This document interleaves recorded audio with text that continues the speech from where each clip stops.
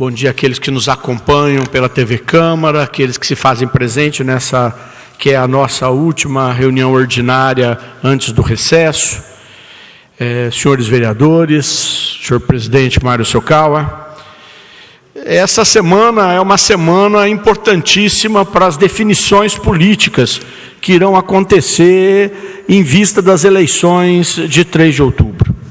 Imagino que muitas forças vão se organizar, muita coisa ainda vai acontecer. As convenções que estão autorizadas a partir do dia 15 deverão até o dia 30 terem desfecho, tanto nas candidaturas para a presidência da República, governo federal, governo estadual e também os diversos candidatos das diversas chapas proporcionais. Eu, particularmente, tenho um sentimento de profunda tristeza de não termos tido uma reforma política que tivesse proporcionado as condições de igualdade para a disputa eleitoral e, ao mesmo tempo, uma organização mínima de ideologia e de projetos para o futuro. Nosso país, na minha opinião, teve oportunidade de fazer uma reforma, nem que ela não fosse tão grande, mas pelo menos razoável, e andou para trás. Vejo que nós vamos ter uma disputa no governo federal bastante confusa, aonde ainda nós vamos ressoar as disputas que aconteceram diante da retirada dos impeachments que aconteceram com a presidenta Dilma e aqueles que não aconteceram com o presidente Temer. Acho que tudo isso fez com que surgissem candidaturas que eu não acredito que elas possam cuidar do nosso país, porque elas apenas radicalizam discursos sem apresentar nenhuma proposta de transformação. Eu ainda não sei para que lado meu partido vai optar no governo federal, mas se eu pudesse escolher com liberdade, sem ter que olhar qual vai ser a direção partidária, sem dúvida nenhuma eu cuidaria de apoiar o ex-governador, senador Álvaro Dias, pelo simples motivo dele poder dizer que é preciso refundar a República. E eu acho que se nós não tivermos uma nova Constituição que reforme tudo isso, e talvez uma Constituição como era a proposta da CNBB, de pessoas que uma vez fazendo a reforma política e tributária, não pudessem participar depois de um pleito ou de serem deputados e senadores. E assim fariam sem interesse pessoal. E vocês podem ter certeza que se isso acontecer, eu sou candidato a participar desse instrumento de transformação, abrindo mão de uma vida parlamentar, na possibilidade de reformar aquilo que precisa ser reformado, que são as nossas instituições políticas.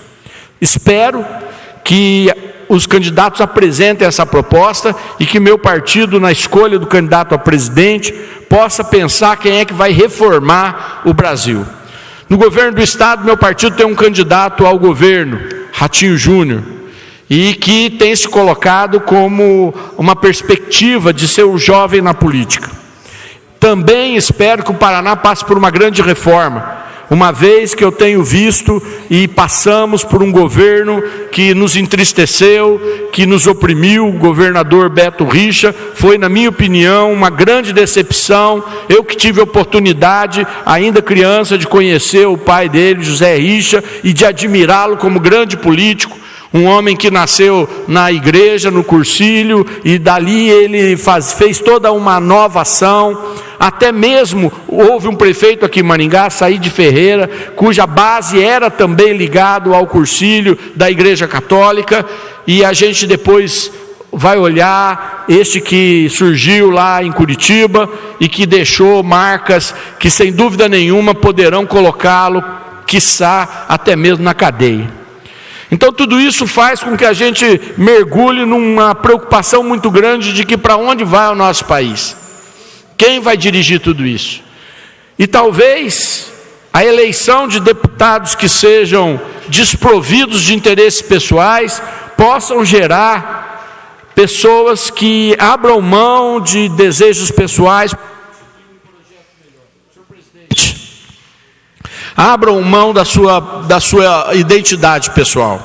Eu, particularmente, hoje, para tristeza, não consigo enxergar no horizonte uma possibilidade, com essa legislação, de uma eleição para minha vontade, que era de ser deputado federal.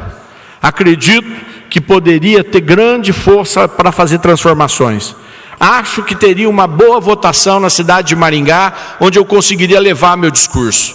Mas dificilmente eu conseguiria chegar nas cidades ao redor, aonde as emendas parlamentares, os diretórios montados, se recusam, sem dúvida nenhuma, a me dar apoio, e eu não teria condições sequer de distribuir material nesses lugares ou apresentar as minhas ideias. Isso me encheu de tristeza de ver como a força partidária não trabalhou para procurar as melhores pessoas. Mesmo assim, vou para a convenção do meu partido no dia 21, de coração aberto. Provavelmente acabarei declinando da minha candidatura a deputado federal, vendo que a nossa região, na minha humilde opinião, não é representada por aqueles que o povo colocou lá. Tanto no governo federal, quanto no governo estadual, não me sinto representado como povo e não vejo estes pares lutando para verem o Estado melhor, um Estado mais independente e uma nação capaz de honrar seus filhos. Que estas 2 semanas Deus possa colocar o seu olhar de amor e dar um pouco mais de consciência para aqueles que vão decidir as diversas chapas e candidaturas no nosso país e no nosso governo do Estado. Muito obrigado.